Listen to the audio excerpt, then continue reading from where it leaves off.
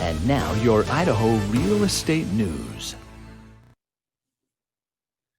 The Idaho Real Estate Commission has had many calls and complaints because the public does not understand the difference between a team or group and a real estate office. Members of the Idaho Association of Realtors have also expressed their concerns about the need to address issues that teams or groups are having and the confusion that surrounds them. Hello, this is Mike Johnston, contributing editor for the Idaho Real Estate News. This week, we're going to address teams or groups and some possible legislation that practitioners need to be prepared for in case any legislation is passed.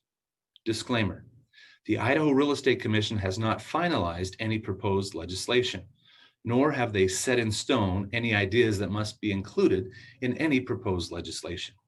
The Idaho legislature is the one who would determine whether or not the ideas discussed would in fact become law in the state of Idaho. With that said, let's discuss some potential talking points for any proposed legislation. First and foremost is the responsibility and accountability for the team or group. In Idaho, a real estate salesperson or associate broker, a licensee, holding an active Idaho real estate license, affiliates themselves with a designated broker. Idaho Code 54-2038 states, quote, "The designated broker is responsible for the actions of its licensees and associated unlicensed persons performed within the course and scope of their employment or agency, regardless of the location of the company's business or where representation is conducted," end quote. So simply put, when a licensee, real estate agent, joins a real estate office, a brokerage, the designated broker of that office is responsible for the actions of that licensee. So the designated broker of a real estate office, a brokerage, is ultimately responsible for all licensees and all associated unlicensed persons that are affiliated with that real estate office, a brokerage. When a team or group is created, the members of that team or group often believe they are a separate entity, and many times they feel that they operate outside of the real estate office, a brokerage. The licensed and unlicensed team or group members feel that they owe their allegiance to the team or group rather than to the brokerage and the designated broker, who, by law, is ultimately responsible for them. Many teams or groups hire individuals to assist them, and often these assistants operate in areas that would require the individual to have an active Idaho real estate license. If a member of a team or group acts in such a way, then the designated broker is the one held accountable for that individual's actions. For example, Fred Jones is an active Idaho real estate licensee and operates under the name the Fred Jones Team. Fred has a licensed showing assistant and has an unlicensed receptionist. Fred also has an unlicensed individual who helps with marketing.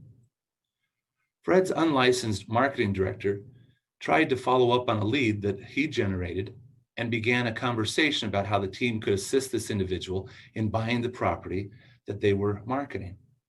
In this very simple example, the marketing director was operating outside the law and was actively engaged in an activity that requires an active Idaho real estate license.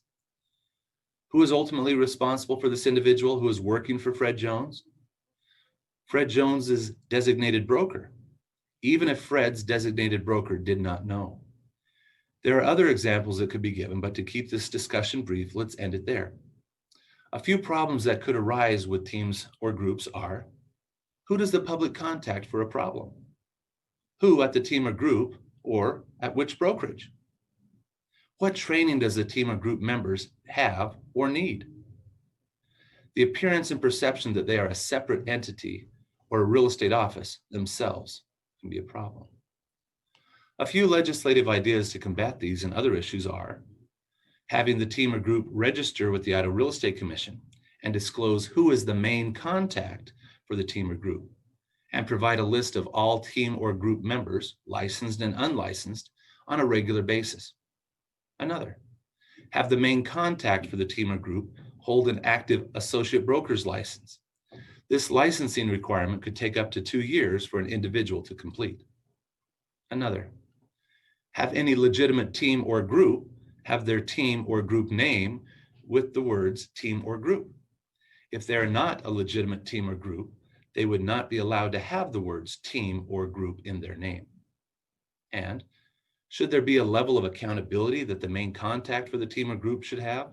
Meaning, if there is a dispute or an issue, what level of responsibility does that individual, the main contact, have versus what the designated broker would be responsible for? When would all of this go into effect? Would there be a grace period? If so, for how long? What about existing licensees who currently use the word team or group now and have no plans to become a legitimate team or group in Idaho? Must they change their name and all marketing materials? If so, by when? Currently, if a real estate office, a brokerage, wanted to open up a legal branch office, they would designate a branch manager who would be an associate broker. That's Idaho Code 54-2016-4B. So for a legal branch office, the branch manager would be an associate broker. So why wouldn't the main contact for a team or group not need to have the same requirements? By having the main contact have an active Idaho associate broker's license, they would have all of the courses, they would have taken all of the courses necessary to learn about the responsibilities they would have and the requirements needed to uphold the law for real estate in Idaho. This benefits the consumer as well as the individuals associated with the team or group. By having the word team or group be required in all advertising and to say that they are affiliated with, quote, XYZ real estate office, end quote, that would allow the public to know that this entity, this team or group, is also part of a real estate office, a brokerage. Discussion on the size, color, and more of the needed disclosures will also need to be discussed. With all of this said, what should you be thinking about or planning for? If you have or want to have a team or group, you better start preparing to have the main contact, have an associate broker's license. Get to taking the classes now. Preparing for this should be easy if you get on it now and not wait until the last minute. Another thing, take a look at your advertising. Are you using the word team or group as you should? Do you have the words affiliated with, or a part of, or with, and the full real estate company name? Can you read it? Is it clear and not deceptive? I'm sure that many of you will want to discuss your ideas on this, so feel free to put it in writing versus giving me a phone call so I can take your ideas and suggestions and share them with others. This has been another segment of Idaho Real Estate News. If you found this useful, please share it with others. Subscribe by adding us to your Alexa Flash briefing or by sending us an email to johnston@mykro.com. You can also subscribe to our YouTube channel for more insights on forums and other real estate topics. Again, for Idaho Real Estate News, I'm Mike Johnston. Idaho Real Estate News is updated weekly.